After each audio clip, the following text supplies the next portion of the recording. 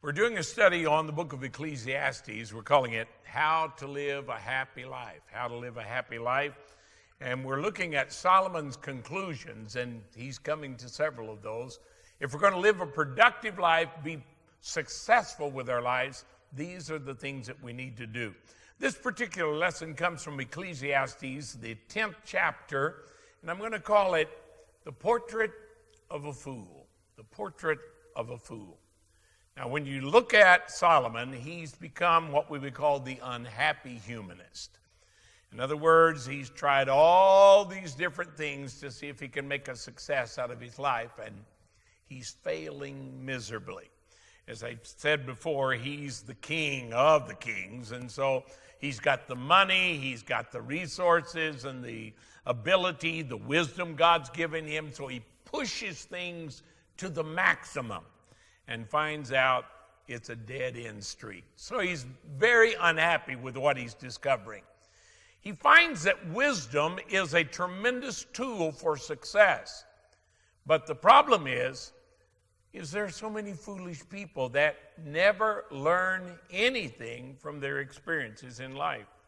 They go through it again and again. Have you ever done that? I can remember, one time realizing, wait a minute, what am I doing here? I know the answer to this problem. I've been through it 4 times before. Why am I here again?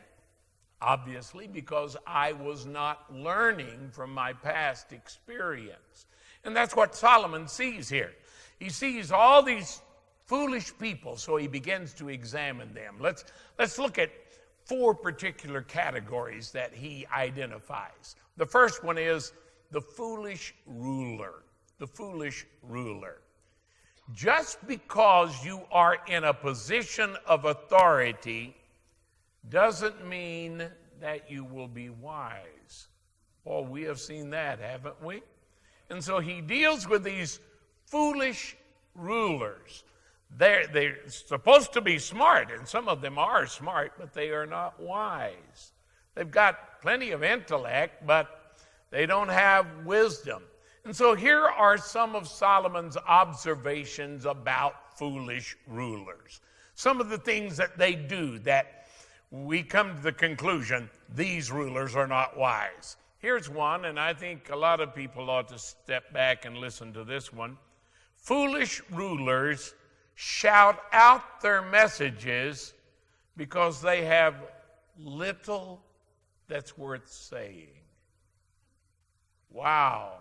I know some people that ought to take that one in and listen to it. The Bible said about Jesus, for instance, and nobody did it any better than Jesus.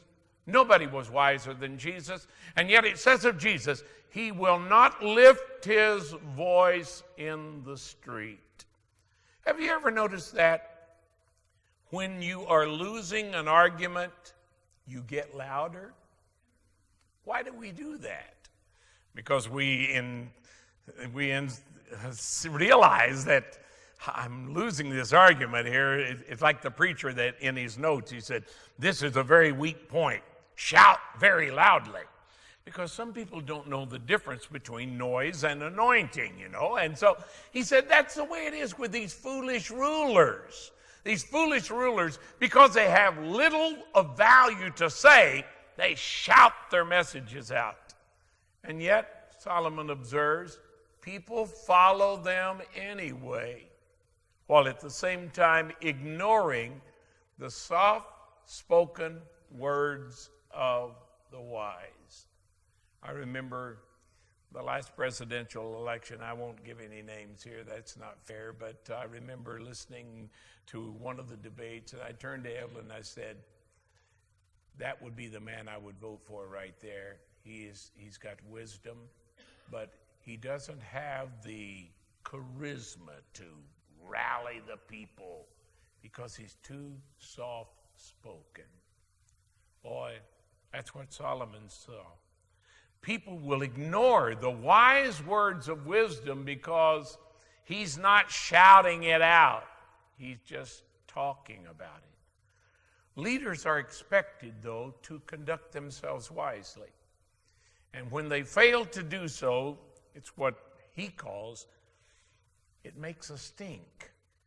Now, the way he put it, he said it's like dead insects in the perfume bottle. It's going to pollute the perfume and make it smell terrible. And we expect our perfume to smell good. That's why we use it. We don't put it on to smell bad. We smelled bad before we needed the perfume. But he said we use the perfume to make ourselves smell better. And he said, yet we put these people in positions of authority. We expect them to conduct themselves wisely. I remember one of the ladies in the church that we pastored in Ohio one day, she said to me, and it was one of the nicest compliments I've ever received. She said, "Pastor, you've never embarrassed me." And I realized that's one of the prerequisites of being a good leader is you don't go around embarrassing the people that are following you. Boy, the foolish ruler. The problem for foolishness, the folly, it can be traced back to the problem of the heart. The heart is not right. Something is wrong inside with the person, and that's where the foolishness arises from, is out of the heart. So even the difficult things for a foolish person to make a decision, even the simplest things, they can't make up their mind. They can't decide. They're always changing back and forth. They're constantly changing their minds. Well, you would think that Solomon was reading our newspapers, wouldn't you, rather than writing the Bible? But it's been the problem of humanity all along.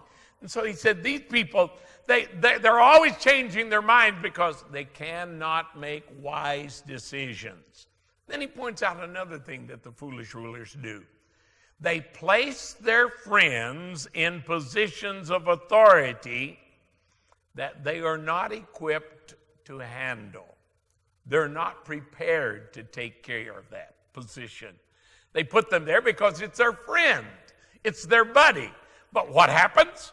Soon the incompetence of the person that they put in that position of authority reveals the foolishness of the leader that chose them for that position in the first place. Why did you put them in a position they are not qualified to handle? It comes back to you as the leader saying, why did you appoint them? And so this is a common problem. We see it in our world, don't we? It's all around us. It's a common problem for leaders, and it's what he calls the foolish leader. Now let me talk about a second one that he points out here. This one is the foolish worker. The foolish worker, not just the leader. And he gives us 5 different illustrations of work that people are doing and the danger that comes out of that situation. For instance, he mentions digging pits. Digging pits. What's the problem about digging pits? There's the danger that you'll fall into your own pit. There's the danger of that. And so he said, you need to be careful when you're digging pits. Setting traps for others sometimes backfires. You get caught in your own trap. He talks then about breaking down walls. And he said the problem with breaking down walls is the serpents love to hide in those rocks and rubble of the broken down wall, and there's the danger of you getting bit from the wall that you have broken down. He talks about another problem of cutting stones. He said, you're cutting the stones, but if you're not careful, you will be hurt in the process. Now, all of these are natural illustrations of doing work, but the danger that comes from doing that work. Here's another illustration. He talks about splitting logs, cutting down trees. What's the danger? The danger is being hurt by the falling trees or the logs that you are splitting. There's always the danger that is there. And then finally, he gives a 5th illustration of chopping wood, of cutting wood. And he said the problem is you're dulling your axe and you're exhausting yourself. You're wearing yourself out trying to split the wood. Now, he's using natural illustrations here, observing that with these opportunities also comes the danger. It's always that way. In every situation, it is that way. It doesn't matter what the decision is, and it's the thing that stops a lot of people from making decisions. They just keep looking at, well, what if I do this or what if I don't do that? No, wisdom is knowing how to make the right decisions. The foolish person doesn't know which decision to make. And so his conclusion is, wisdom is the biggest difference between success and failure. That's what's going to make the profit in your life. If you're going to be successful with your life, you must learn to be wise in your decisions. If you make foolish decisions, that's going to cost you. It's going to come back to bite you, we say. It's going to hurt you rather than help you. So wisdom is the big difference here. It's one of the keys to life. If we're going to live a successful life, a happy life, we've got to learn how to make wise decisions. Now, the wise worker is one that thinks ahead. And by thinking ahead, they are preparing for the difficulties of this life. He realizes, okay, here's what can happen if we do this. I do a lot of mentoring and training young pastors and young preachers. And as I take them with me, I first take them and let them watch me do it. Then I let them help me do it. Then I switch roles, and now I'm helping them do it. And finally, I back off and say, okay, you can handle this. Now, what I've discovered in that, first of all, you tell them what to do,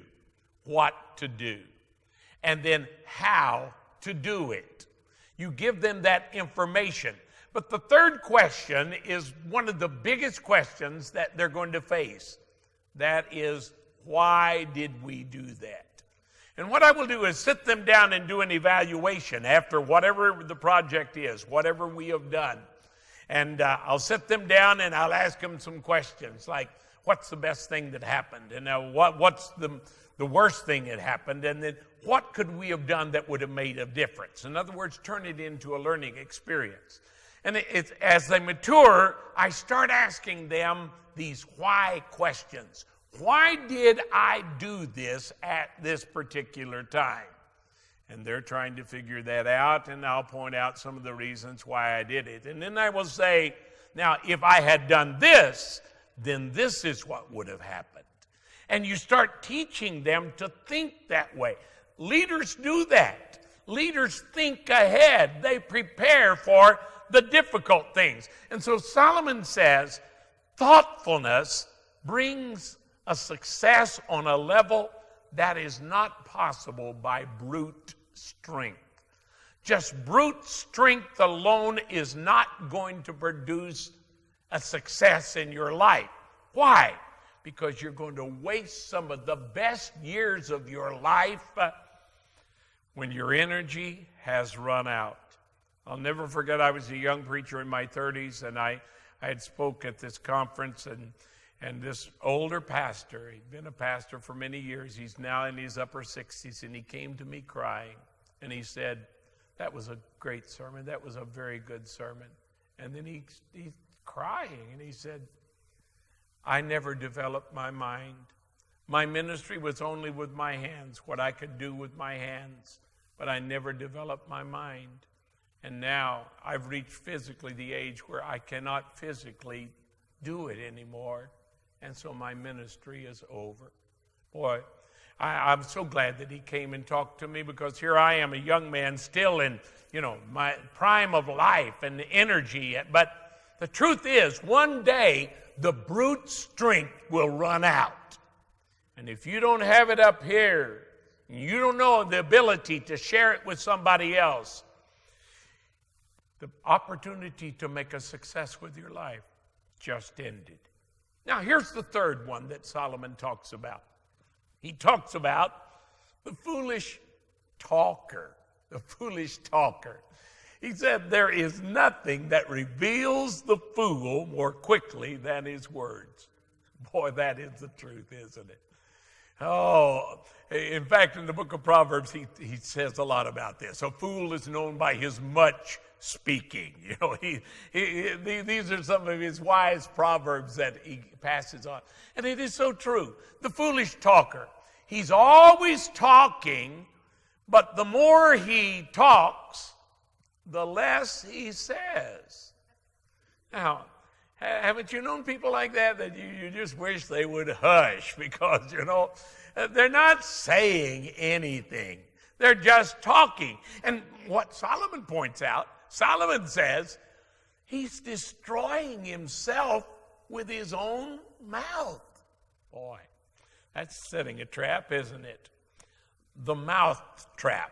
Boy, that's one of the big ones, the mouth trap. And he's destroying it. See, we never know what he's going to say next, what he's going to do next. He's like we call the loose cannon. You don't know which direction he will fire the next time, you know. But you know he's going to be firing at somebody. We never know what he's going to do next. And yet, you can't tell him anything because he thinks he knows everything. Boy, he's what we call the know-it-all. And the truth is, none of us know it all. That's why God gave us 2 ears and 1 mouth. Use them proportionately. That's wisdom.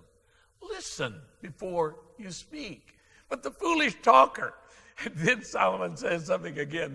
You see his humor that's coming through here. He says, he thinks he knows it all, that he's so smart, but the truth is, he can't even find his way back to town. In other words, he's lost and he doesn't even know it. Boy, have you known people like that? Those are not enjoyable experiences, are they? To be around people that they just talk incessantly. They never stop talking, and yet the more they talk, the less they say, and you just want to get away from it all. Solomon says, the foolish man is confused, he's weary, and he's empty. And then again, he inserts some of his humor, and he says, he's talked so much that he's worn himself out. And I would add, and everybody that was around him. Nobody wants to hear it anymore. They're just glad when it's like I was reading the book of Job, and you come to the end of that 31st chapter, and it said, and the words of Job have ended. And you say, thank God. I never thought you would stop talking. But that's the foolish person that just keeps on. Oh, don't be that way, friend. You're not going to make a profit with your life that way. You just wear yourself out and you make everybody else around you miserable. So that is not a good way to live. One other thing that I would say concerning this, ignorance can be educated. Just because you don't know, that's not the problem. The problem is when ignorance thinks it's wise. That's the height of stupidity. When you think you already know it. Have you ever seen people like that? Oh, I have. I've had to deal with them. I try to get that over as quickly as I can because I realize this is going nowhere because they're not listening. The very moment you bring up anything, they know more about it than you do. They want to tell you everything. And when you think you know it all you're doing is revealing your ignorance. So ignorance is not the problem. You can find knowledge. You can find people that can help you.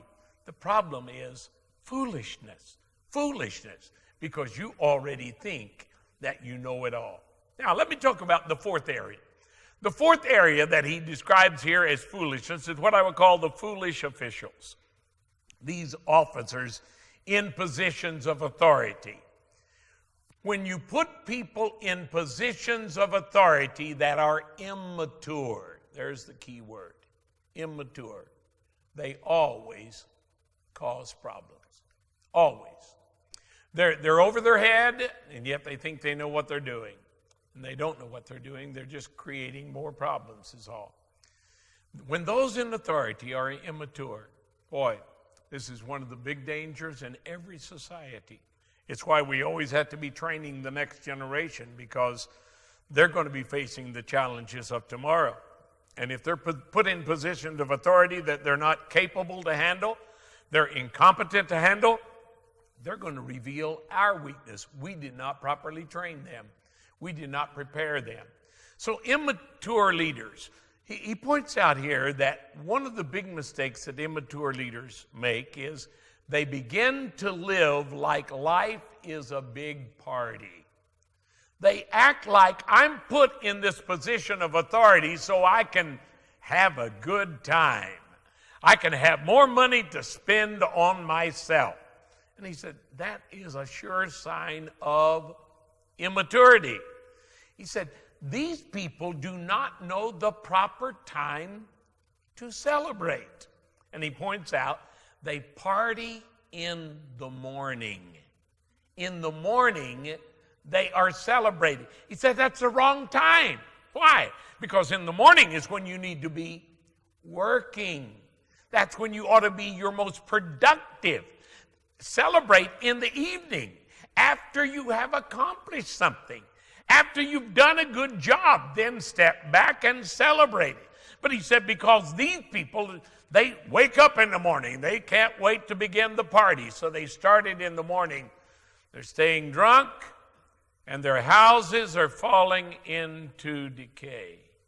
Their world is failing around them. And yet they go on with the party like it will never end. He said, you're not going to make a success with your life doing that. That is a sign of immaturity. In fact, he points out here in Ecclesiastes 10 and 18 that laziness is a sign of foolishness. Boy, that's a potent statement, isn't it? That laziness is the evidence of foolishness. You're wasting your opportunity. You're wasting the best time of your life, and you're wasting it. He said, that's a big mistake. Don't do that. And yet, those that are put in position of authority and they're too immature to handle it, they think they can take care of anything. For instance, they think they can buy their way out of trouble. If I get into problems, I'll just spend some money. We'll fix it with problems. You seen anybody do that? How did it work out? It doesn't work out well at all, does it? No, because all you have done is revealed your foolishness. You cannot buy your way out of trouble. And yet, Solomon said, before you become too critical of these foolish officials, be careful what you say. Be careful, because when you start speaking about foolish leaders, there's always going to be somebody that will tell them what you said. Boy, that is the truth, isn't it? That is the truth. There will always be somebody that will report. And so his conclusion is, why should you get yourself in trouble just because the ruler is a fool? That's a good question. A good question. We're not going to be productive with our own lives. And so he said, be careful about the way that you talk about these foolish rulers. Now, how can you do that? How do you handle it? It's the word respect. See, even if you cannot respect the person that is in authority, you must show respect for the position that they are in. Boy, those are wise words there. I need to repeat that. Even when we cannot respect the person, we must respect the position. And his conclusion is, bad government is better than no government at all. And it's true. Because when there's no government, everything breaks down.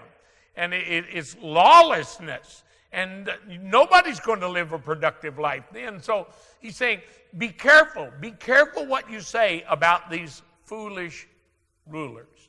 Now, let me close by talking about what he describes as finding wisdom in a foolish world. Finding wisdom. Where are you going to find wisdom? It begins as Psalm 111 verse 10 says, the fear of the Lord, the respect of the Lord is the beginning of wisdom. That's where it starts. That's why it said foolishness comes out of the heart. It's a problem with our spirit. Something's wrong inside us. That's why we are foolish. So it begins with our relationship with God. He's coming back to it again. You're not going to make a profit if you leave God out. See, spiritual maturity is no accident. It only comes by obeying God. By learning God's laws, by learning God's ways, by learning God's word, and then bringing your life into harmony with that. That's how you're going to be successful with your life. Or as he's pointing out here, sin is the ultimate folly. Sin leads to death, to destruction. It's the ultimate folly. And so don't go that route. He said it's better for us to learn wisdom. It's better to get wisdom than to get gold. Oh, there are so many people in this United States of America. I wish I could imprint that in their minds in boxcar letters. It's better to have wisdom than to have gold. You can make so much money that it doesn't make sense. That will not make you wise, and it will not make you live a productive life. And so Solomon is bringing us to a conclusion. If we're going to live a productive life, if we're going to live a successful life, this is the way that it must be done. Get wisdom. With all you're getting, get understanding. So I challenge you in your journey of faith, get wisdom, and make a profit with your life.